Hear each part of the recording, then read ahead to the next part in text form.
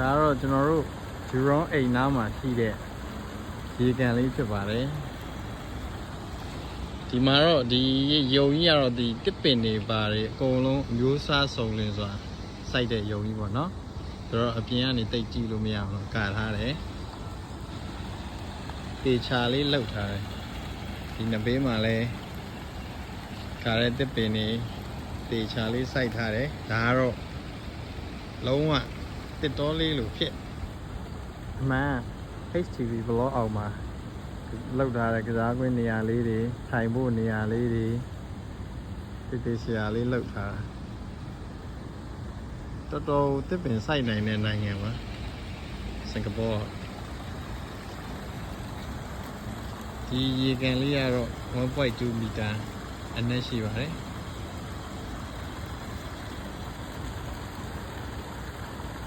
ပေါ်လေးလှလုံး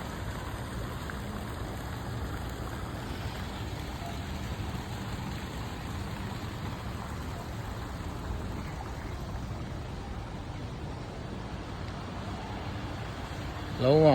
ဖြစ်တော်လေးနဲ့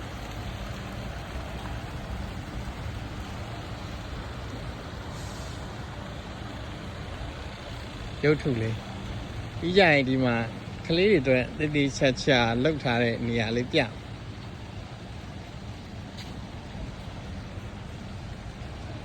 တစ်လမ်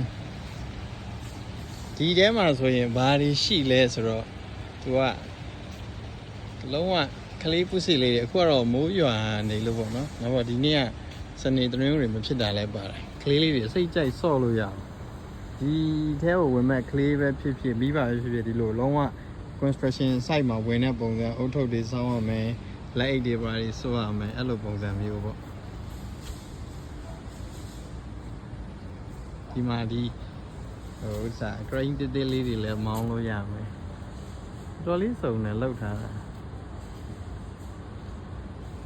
ဒါတွေတကယ်မောင်းလို့ရတယ်တချို့မိဘတွေဆိုရင်ဒီဘက်ပိုင်းရောက်တာနဲ့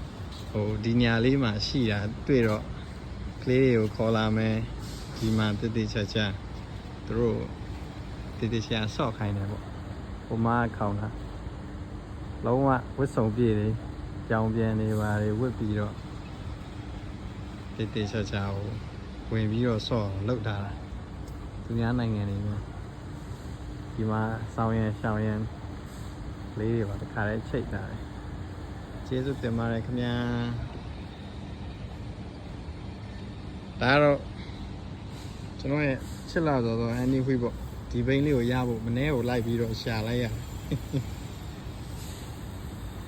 အားလုံးပဲမင်္ဂလာရှိတော့နေလေးတစ်နေ့ဖြစ်ပါစေ